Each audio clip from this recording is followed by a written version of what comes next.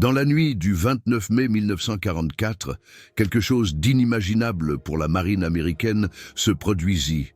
Un seul sous-marin allemand, l'U-549, sérieusement endommagé, avec seulement 12% de sa capacité de batterie restante et une gouverne de profondeur défectueuse, réussit à percer un anneau de défense composé de 6 torpilleurs. Son objectif était la plus grosse prise de l'Atlantique, un porte-avions américain. Ce qui allait se dérouler dans les heures suivantes allait changer à jamais l'histoire de la guerre sous-marine, car l'U-549, sous le commandement du lieutenant de vaisseau Detlev Krankenhagen, allait accomplir l'impossible. Il coula l'USS Block Island, le seul porte-avions américain jamais perdu dans l'Atlantique. Cette histoire n'est pas une légende, c'est une histoire documentée, et elle commence plusieurs semaines avant cette nuit fatidique. L'U-549 était un sous-marin de type UXC-40, construit au chantier naval allemand de Hambourg, 76 mètres de long, 6,86 mètres de large, équipé de 22 torpilles, logées dans 4 tubes lance-torpilles à l'avant et 2 à l'arrière, l'une des armes sous-marines les plus modernes de son époque. Le type UXC-40 était une évolution de la classe 9 éprouvée. Une portée plus longue que les plus petits sous-marins de type 7, une meilleure habitabilité pour l'équipage. Et surtout, plus de torpilles, car dans la guerre sous-marine, les torpilles étaient toutes. Chaque torpille était une chance de faire une victime. Chaque torpille lancée était une chance en moins. L'U-549 transportait 22 de ces armes mortelles. Assez pour plusieurs attaques, assez pour dévaster un convoi, assez pour entrer dans l'histoire. Mais la vraie force d'un sous-marin ne résidait jamais dans son acier ou ses armes, elle résidait dans ses hommes. Dans leur entraînement, dans leur discipline, dans leur volonté de vaincre, et le lieutenant de vaisseau Detlev Krankenhagen était un commandant qui poussait son équipage à donner le meilleur de lui-même. Né en 1916 à Brême, fils d'une famille de marins, son père avait déjà servi dans la marine pendant la Première Guerre mondiale. Pour le jeune Detlev, la marine n'était pas un choix, c'était son destin. À 20 ans, il s'engage dans la Kriegsmarine. La formation est rude. Des mois sur le navire-école Gorsch Fock, puis l'école de sous-marins à Neustadt. Là, les jeunes hommes apprennent ce que signifie combattre dans un kegjo de assaut sous l'eau. La formation dure des mois, théorie et pratique, tir de torpille et contrôle des avaries. Navigation et mécanique. Un commandant de sous-marin devait tout savoir, tout pouvoir faire, tout assumer. Krankenhagen termine sa formation avec distinction. Ses supérieurs notent « calme, sous pression ». Déterminé, capable de prendre des décisions difficiles. Caractéristicas que Custarion Suavida, un 29 de mayo de 1944. Après plusieurs missions en tant qu'officier de quart sur d'autres sous-marins, Krankenhagen reçoit le commandement de l'U-549 en décembre 1943, un honneur et un fardeau à la fois, car 1943 avait été l'année où la guerre sous-marine bascula. Les Alliés avaient percé le code de la machine Enigma. Ils savaient où opéraient les sous-marins allemands. Ils pouvaient les casser avant que les sous-marins ne trouvent leur proie. Krankenhagen prend son commandement à une époque où les commandants de sous-marins ne sont plus des héros. Ils sont des martyrs. Sa première mission avec le nouveau sous-marin débute le 12 avril 1944. Sa destination était la côte est américaine. Mais Krankenhagen savait que les temps avaient changé. 1944 n'était plus 1942. Au tempo feliz, où les sous-marins allemands pouvaient couler des navires américains presque sans entrave, était révolu. Les Alliés avaient appris, leur technologie radar s'était améliorée, leurs avions étaient plus nombreux, leur tactique plus mortelle. Pour chaque cargo coulé, la force sous-marine allait payer un présaut terrible. En mai 1943, l'amiral Dönitz avait perdu 41 sous-marins en un seul mois. Le Mainoir, un trauma que Mudu toda a arma de U-Boots. Mais Krankenhagen saiu de qualquer manière, parce que c'était son devoir, parce que ses camarades le faisaient, parce qu'un marin allemand ne demandait pas si une mission était dangereuse. La première semaine se déroule calma. L'U-549 opère au sud-est de New York. Le sous-marin reste en profondeur le jour pour escapar dos avions aliados. La nuit, il fait surface pour recharger les batteries et renouveler l'air. Puis vient le contact avec l'ennemi. Nous sommes le 26 mai 1944. Les hommes du poste d'Ouvire à Audisson signalent des bruits d'hélices. De nombreux bruits d'hélices. Ce n'est pas un simple navire marchand. C'est un convoi. Ou pire. Krankenhagen ordonne une profondeur de périscope. Ce qu'il voit lui prend à respiration. C'est un groupe de chasseurs-tueurs, la chose la plus dangereuse qu'un sous-marin puisse rencontrer dans l'Atlantique, un porte-avions, entouré d'un anneau de torpilleurs. Leur seule tâche est de trouver et de détruire les sous-marins allemands. N'importe quel autre commandant aurait fait demi-tour, se serait évanoui, aurait évité une mort certaine. Mais Krankenhagen voit autre chose. Il voit une chance. Le porte-avions est l'USS Block Island, un porte-avions d'escorte de la classe Bogue, 151 mètres de long, environ 9000 tonnes de déplacement, 21 avions à bord. Un mélange de bombardiers torpilleurs, Grumman TBF Avenger et de chasseurs FM2 Wildcat, ces porte-avions d'escorte étaient la némésis des sous-marins. Leurs avions pouvaient patrouiller d'immenses zones maritimes. Ils pouvaient repérer les sous-marins qui se trouvaient à la surface. Ils pouvaient larguer des charges de profondeur et lancer des roquettes. Depuis le début de 1944, ces groupes de chasseurs-tueurs avaient coulé des dizaines de sous-marins allemands. Ils avaient transformé l'Atlantique en un cimetière pour les loups gris. L'USS Block Island lui-même avait déjà participé à la destruction de l'U-801 et de l'U-1059. Le porte-avions était un cassador expériente. Ses pilotes étaient des vétérans. Mais ce jour-là, le chasseur était aussi la proie, car Krankenhagen avia notado algo que outro poderiam ter notado. L'anneau de torpilleur avait une lacune, petite, mais bien réelle. S'il parvenait à se faufiler discrètement à travers cette brèche, il teria campo livre para disparar sobre au transportador. Mais il devait d'abord attendre. La patience était l'arme la plus importante d'un commandant de sous-marin. Plus importante que les torpilles, plus importante que la vitesse. A capacidade de reconnaître au moment certo. Pendant 3 jours, l'U-549 suit le groupe de chasseurs-tueurs, toujours à distance, toujours à une profondeur sûre, toujours à l'écoute, toujours en attendant. L'équipage sent la tension, 52 hommes dans un tube d'acier sous l'eau. L'air se raréfie, le taux d'oxygène diminue, le dioxyde de carbone s'accumule. Les hommes respirent plus lourdement, plus rapidement. Les batteries faiblissent à chaque heure. L'électricité, c'est la vie sous l'eau. Sans électricité, les moteurs électriques ne peuvent pas fonctionner. Sans moteur électrique, pas de propulsion. Sans propulsion.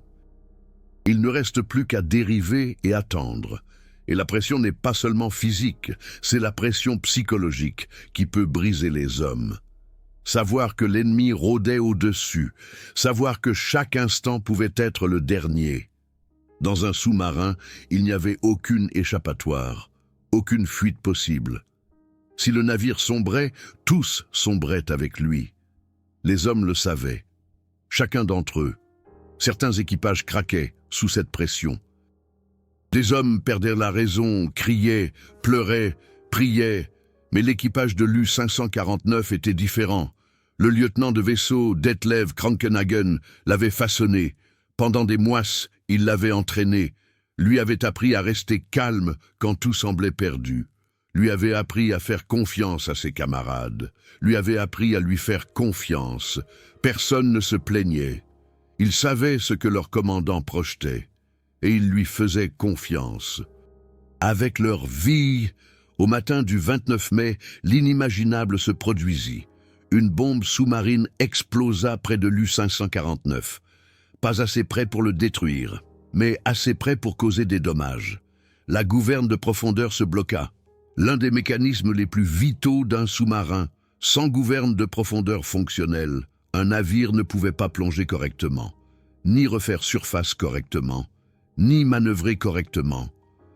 Les ingénieurs travaillèrent fiévreusement. Les heures passèrent, ils réussirent à réparer la gouverne tant bien que mal. Elle fonctionnait à nouveau, mais plus avec la même précision qu'avant. Et les batteries. À cause de la plongée prolongée, elles étaient tombées à 12%. Une valeur critique. Normalement, un commandant aurait abandonné maintenant, serait remonté à la surface, aurait rechargé les batteries. Mais refaire surface signifiait être découvert. Et être découvert signifiait la mort. Le lieutenant de vaisseau Detlev Krankenhagen se retrouva face à la décision la plus difficile de sa vie. Abandonner et vivre. Ou attaquer et peut-être mourir. Il choisit l'attaque. Le soleil sombrait à l'horizon. Le crépuscule arrivait. Et avec lui, la chance du lieutenant de vaisseau Detlev Krankenhagen. À 20h13, il ordonna le poste de combat. 52 hommes prirent leur place. Les tubes lance-torpilles furent inondés. Les torpilles T3 armées. Les T3 étaient les torpilles acoustiques les plus récentes de la marine de guerre allemande, Kriegsmarine, aussi connue sous le nom de GNAT, German Naval Acoustic Torpedo. Elles traquaient le bruit des hélices ennemies. Une fois lancées, elles trouvaient leur cible toutes seules. Ces torpilles étaient une révolution. Les torpilles précédentes allaient tout droit. Le commandant devait calculer à l'avance où la cible serait quand la torpille arriverait. Un problème mathématique compliqué, et assez souvent le calcul était faux. Les T3 changeaient tout, elles entendaient les hélices de la cible. Elles corrigeaient leur trajectoire, elles suivaient le bruit comme un chien suit une piste. Il n'y avait presque pas de défense contre de telles armes. Les Alliés avaient développé des Foxers, des bouées sonores qui étaient traînées derrière les navires pour détourner les torpilles. Mais tous les navires n'avaient pas de Foxers. Et tous les Foxers ne fonctionnaient pas.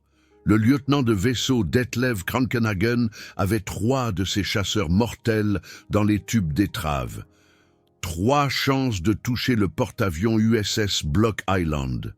Mais d'abord, il devait passer à travers l'anneau de torpilleurs.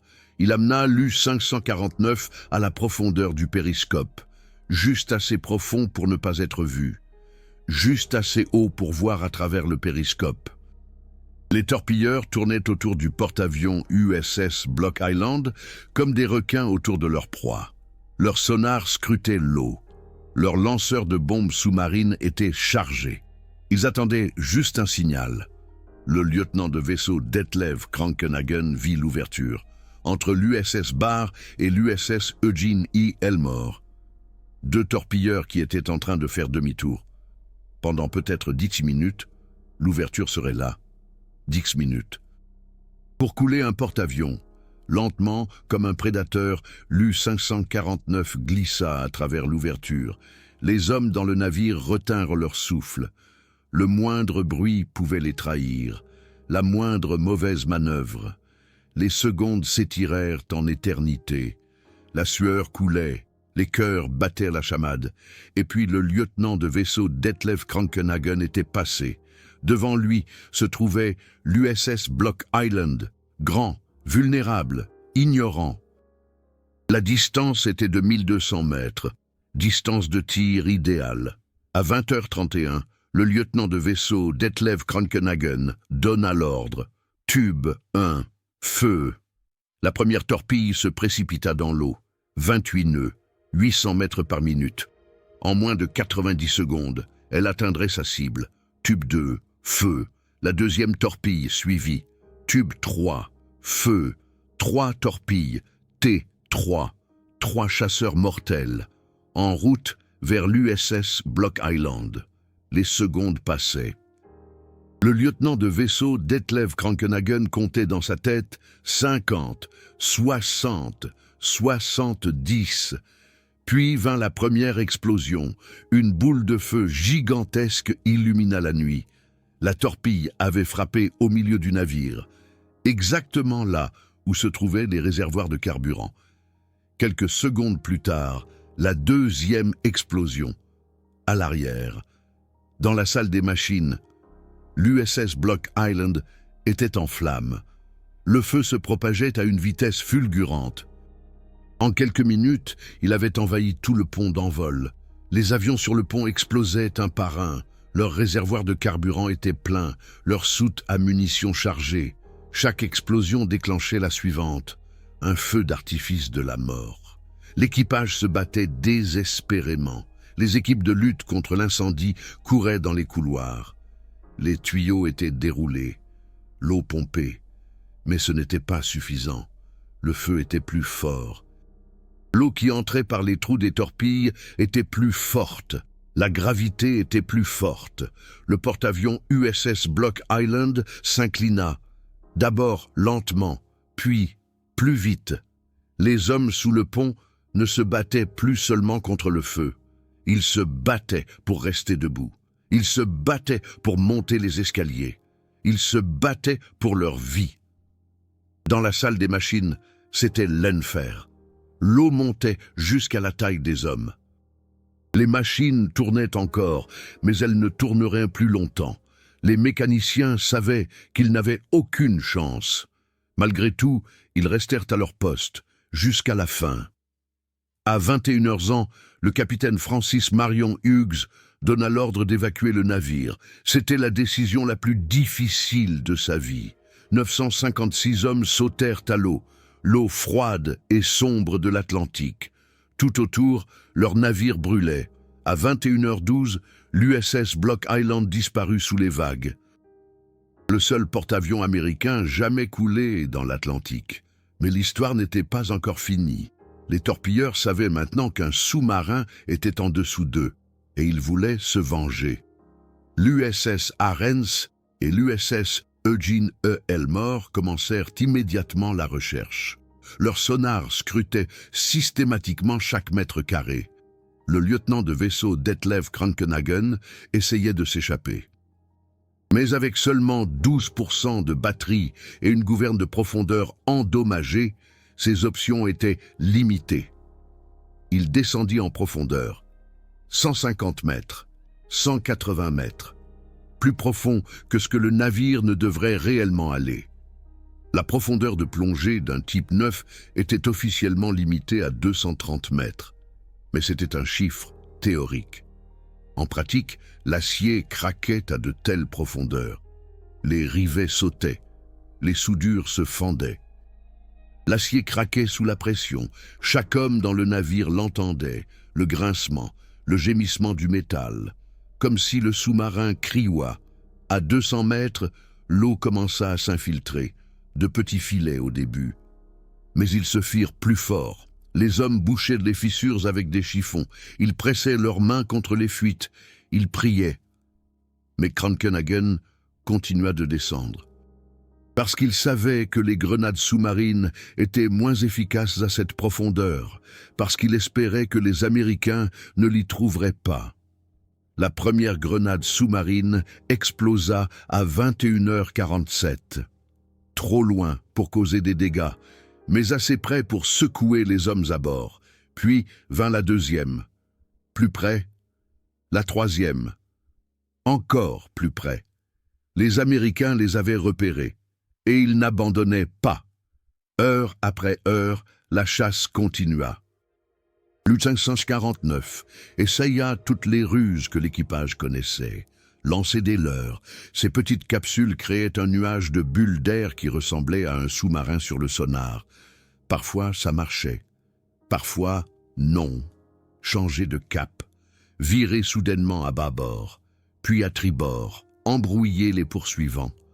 Ne leur donner aucune piste claire. Changer de profondeur, remonter à 50 mètres, puis redescendre à 150, profiter des couches de température de l'eau. Ces couches pouvaient dévier les ondes du sonar. Un sous-marin pouvait se cacher dedans, mais les batteries étaient presque vides. L'indicateur était à 5%, puis à 3, puis à 2. Le sous-marin perdait de sa manœuvrabilité. Les moteurs électriques tournaient au ralenti. Chaque mouvement coûtait de l'énergie précieuse. Le cercle se refermait. Les Américains savaient où ils étaient. Et ils n'abandonnaient pas. À 2h43 du matin, le 30 mai, une grenade sous-marine atteignit directement son but. L'onde de choc déchira le sous-marin. L'eau se précipita dans la salle des machines. Les lumières s'éteignirent. Krankenhagen savait que c'était fini. Il donna l'ordre de faire surface. Une dernière fois, pas pour combattre, mais pour donner une chance à ses hommes. L'U-549 perça la surface, lourdement endommagé, en train de couler, une silhouette noire contre le ciel nocturne. Les torpilleurs ouvrirent immédiatement le feu. Leurs canons de 40 mm martelaient le sous-marin. Des balles traçantes zébraient l'obscurité. Une grêle d'acier. Le sous-marin fut touché. Une fois, deux fois, des dizaines de fois. Les projectiles percèrent la tourelle. Ils tuèrent des hommes qui essayaient de monter sur le pont. Certains hommes réussirent à sauter par-dessus bord. Ils sautèrent dans l'eau froide et noire. Ils s'éloignèrent à la nage de leur sous-marin en train de couler. Ils se battirent pour leur vie. La plupart n'y arrivèrent pas. Ils étaient piégés sous le pont. L'eau montait trop vite. La trappe était bloquée. Ils n'avaient aucune chance. À 2h58, l'U-549 disparut à jamais sous les vagues de l'Atlantique. Sur les 52 hommes à bord, seuls 3 survécurent. Ils furent recueillis par l'USS Eugene E. Elmore et passèrent le reste de la guerre en captivité américaine. Le lieutenant de vaisseau Detlev Krankenhagen n'était pas parmi eux. Il partit avec son sous-marin, comme tant de commandants de sous-marins avant lui, comme tant d'autres après lui. Les chiffres de cette nuit sont terrifiants. L'USS Block Island perdit 6 hommes lors de l'attaque, 950 furent sauvés. L'U-549 perdit 49 hommes, seuls 3 survécurent. Un porte-avions contre un sous-marin, 6 contre 49. Les mathématiques de la guerre sous-marine étaient cruelles. Mais l'histoire a plus que de simples chiffres. Elle a de l'héroïsme des deux côtés. Les hommes de l'USS Block Island se battirent jusqu'au bout pour sauver leur navire. Les hommes de l'U-549 se battirent jusqu'au bout pour remplir leur mission. Elle a de la tragédie, de jeunes hommes qui ont donné leur vie pour des drapeaux et des idéaux qu'ils n'avaient pas choisis, Allemands et Américains indistinctement. Et elle a une leçon, que le courage n'a pas de nationalité, que le sens du devoir ne porte pas d'uniforme, que la grandeur humaine se révèle dans les moments les plus sombres. Le lieutenant de vaisseau Detlev Krankenhagen avait 28 ans lorsqu'il mourut. Il ne laissa ni femme ni enfant, seulement un nom dans les livres d'histoire et le souvenir d'une nuit où un seul sous-marin fit l'inimaginable. Les archives de la marine américaine relatent l'attaque sobrement. Date, heure, coordonnées, pertes. Mais entre les lignes, il y a plus. Il y a l'histoire d'hommes qui ont fait leur devoir, des deux côtés du périscope. Il y a l'histoire d'un commandant qui était confronté à un choix impossible et qui choisit d'attaquer. Il y a l'histoire de 49 marins allemands qui ne sont jamais rentrés chez eux, dont les tombes reposent au fond de l'Atlantique, pour toujours. L'USS Block Island fut le seul porte-avions américain perdu dans l'Atlantique. Ce fait figure dans tous les livres d'histoire. Mais peu connaissent l'histoire qui se cache derrière, l'histoire de l'U-549, du lieutenant de vaisseau Detlev Krankenhagen, de 52 hommes dans un tube d'acier sous l'eau. Maintenant, vous la connaissez aussi. Ce qui m'impressionne le plus dans cette histoire, ce n'est pas l'attaque elle-même, c'est la décision qui la précède. Krankenhagen savait ce qu'il risquait. Il savait que ses chances d'échapper étaient minimes. Il savait qu'il allait probablement mourir. Et il attaqua malgré tout, pas par fanatisme, pas par haine, mais parce qu'il croyait que c'était son devoir. On peut discuter du sens d'un tel devoir, on peut se demander si cela en valait la peine, on peut condamner tout le système qui exigeait de tels sacrifices, mais on ne peut pas nier que cela demandait un vrai courage. le courage de faire ce qui est juste, du moins ce que l'on croyait juste, même si le prix était sa propre mort. C'est peut-être la vraie leçon de cette histoire. Pas que la guerre est glorieuse, elle ne l'est jamais, mais que les êtres humains sont capables de choses incroyables, pour le meilleur comme pour le pire, et que l'histoire ne se résume pas à des dates et des faits, mais à des êtres humains, à leurs décisions, à leur courage, à leurs sacrifices. L'U-549 repose encore aujourd'hui au fond de l'Atlantique, à environ 400 miles nautiques au sud-est de New York. Une tombe silencieuse pour 49 marins allemands. Personne ne visite cette tombe. Aucune fleur n'est déposée, aucune prière n'est prononcée. Mais l'histoire continue de vivre dans les archives de la marine, dans les souvenirs des descendants, dans des vidéos comme celle-ci, parce que certaines histoires méritent d'être racontées, parce que certains sacrifices méritent d'être commémorés, parce que certaines vérités méritent d'être connues. La guerre des sous-marins dans l'Atlantique coûta la vie à environ 30 000 marins allemands. Sur 40 000 qui prirent la mer, un taux de perte de 75%. À titre de comparaison, la Luftwaffe perdit environ 50% de ses équipages, la force blindée environ 35%. L'infanterie variait considérablement, mais même dans les combats les plus acharnés, elle atteignait rarement ces chiffres. L'arme sous-marine était la plus mortelle de toutes les branches des forces armées. Et ces hommes le savaient. À chaque départ du port, ils regardaient les sous-marins qui n'étaient jamais revenus. À chaque plongée, ils pensaient à leurs camarades qui gisaient au fond de la mer. À chaque contact avec l'ennemi, ils se demandaient si ce serait leur dernier, et pourtant, ils remontaient à bord. Encore et encore. La psychologie derrière cela est complexe. Le sens du devoir jouait un rôle.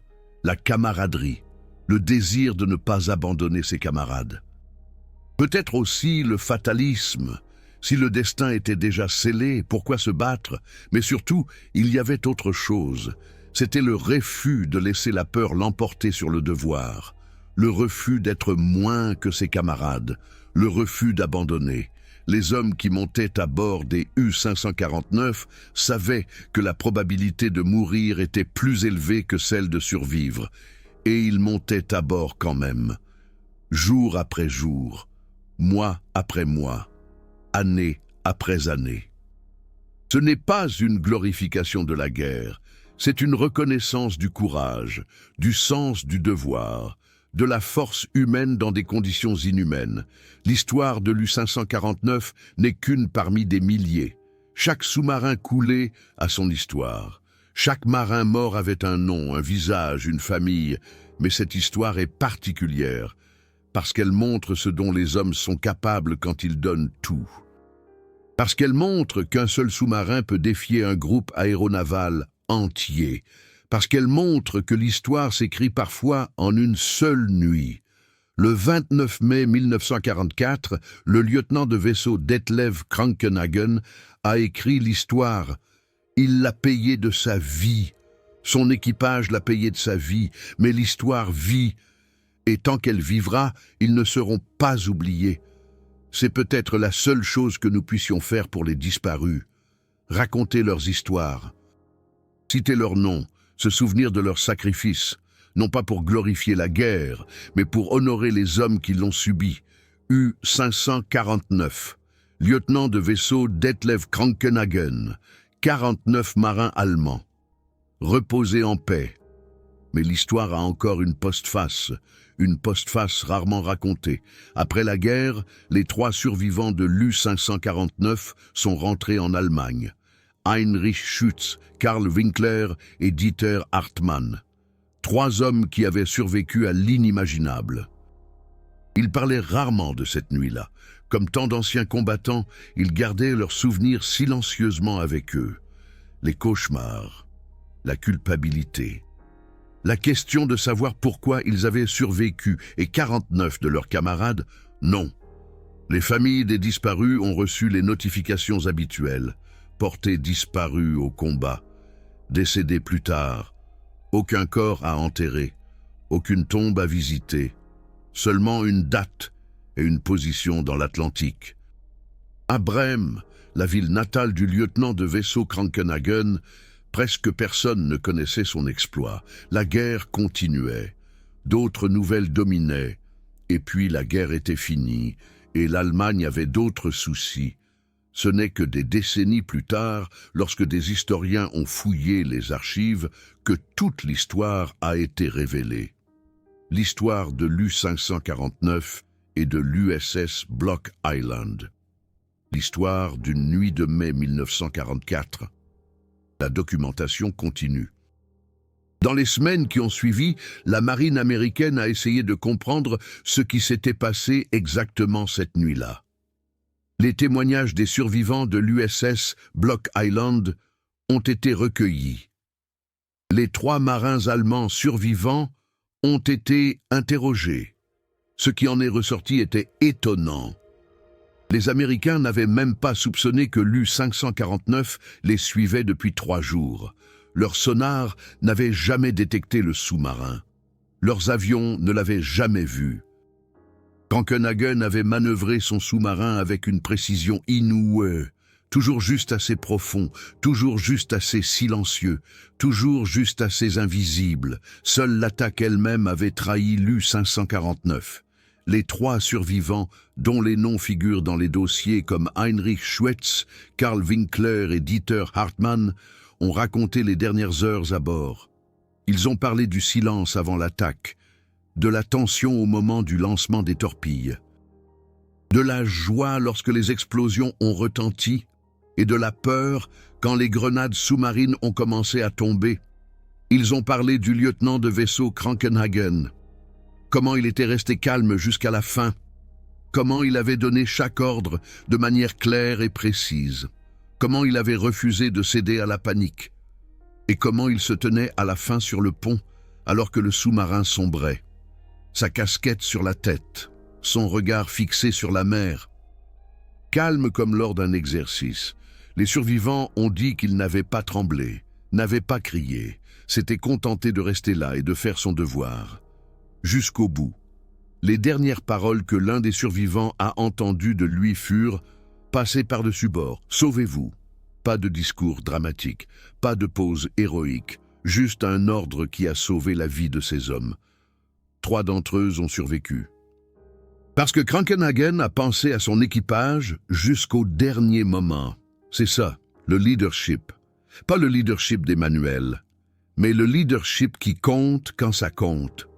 Quand tout semble perdu, quand la mort est plus proche que la terre ferme, les officiers d'interrogatoire américains ont noté dans leur rapport que les 3 survivants allemands parlaient de leur commandant avec le plus grand respect, bien qu'il les ait menés à la mort. Bien qu'ils soient prisonniers à cause de lui, cela en dit plus sur Detlev Krankenhagen que n'importe quelle statistique. L'analyse tactique de l'attaque a été effectuée des années plus tard par l'US Naval War College. Le résultat était sans équivoque. L'attaque de Krankenhagen avait été exécutée de manière presque parfaite, le choix du moment, l'exploitation de la brèche dans le cordon de torpilleurs, la position de tir, le réglage des torpilles. Tout avait été calculé avec précision. Les analystes ont noté que très peu de commandants de sous-marins auraient été capables d'une telle attaque. La combinaison de patience, de timing et de précision était exceptionnelle. Ils ont également noté que l'attaque était pratiquement une mission suicide. Avec le gouvernail de profondeur endommagé et des batteries presque vides, l'U-549 n'avait pratiquement aucune chance de s'échapper. Krankenhagen devait le savoir. Il a attaqué quand même. La question de savoir pourquoi il l'a fait ne peut être répondue avec certitude. Les morts ne parlent pas. Leurs motivations disparaissent avec eux. Mais nous pouvons spéculer. Peut-être Krankenhagen pensait-il qu'un porte-avions était une cible trop importante pour être ignorée. Ces porte-avions étaient les ennemis les plus mortels des U-boots. Un porte-avions coulé signifiait des dizaines de sous-marins qui survivaient. Peut-être se sentait-il obligé de tout donner, L'arme sous-marine avait subi de lourdes pertes en 1943 et 1944. La victoire échappait à l'Allemagne. Chaque succès était important pour le moral. Peut-être était-ce simplement ce qu'il jugeait être la bonne chose à faire, en tant qu'officier, en tant que commandant, en tant qu'homme. Ou peut-être était-ce quelque chose d'encore plus simple. Peut-être que Detlev Krankenhagen a vu ce porte-avions et a su « Je ne l'attaque pas, il tuera mes camarades demain, il chassera d'autres sous-marins la semaine prochaine, il enverra des hommes comme moi et mon équipage à la mort. » Et peut-être a-t-il pensé « Si je meurs ici et maintenant, mais que je coule ce porte-avions, alors je sauverai peut-être des dizaines de mes camarades. » C'est un calcul cruel, vie contre vie. Mais c'est le calcul de la guerre, le calcul que des millions de soldats ont dû faire à cette époque. Nous ne saurons jamais ce qui se passait exactement dans la tête de Detlev Krankenhagen. Les morts ne parlent pas. Leurs motivations disparaissent avec eux dans les profondeurs. Ce que nous savons, c'est le résultat. Un porte-avions coulé, un sous-marin perdu, 49 Allemands morts, 6 Américains morts, et une histoire qui est encore racontée 80 ans plus tard. L'Atlantique garde bien ses secrets. L'USS Block Island et l'U-549 reposent tous deux au fond de l'océan. Visités uniquement par les courants et les poissons, mais l'histoire, elle, continue de vivre à la surface, dans les archives navales, dans les livres d'histoire, dans les familles qui ont perdu leurs proches.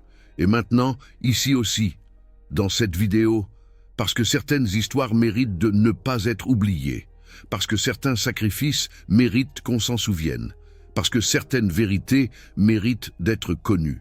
L'U-549 a coulé l'USS Block Island, le seul porte-avions américain jamais perdu dans l'Atlantique, avec 12% de batterie, avec le gouvernail de profondeur endommagé, face à un cercle de 6 torpilleurs. Ce n'est pas une légende, c'est l'histoire. Et l'histoire n'oublie pas. Si vous ne vous êtes pas encore abonné, faites-le maintenant. Nous avons besoin de 1000 abonnements pour continuer à grandir et à vous apporter de telles histoires. Quel moment de cette histoire vous a le plus impressionné? Écrivez-le dans les commentaires. À la prochaine fois.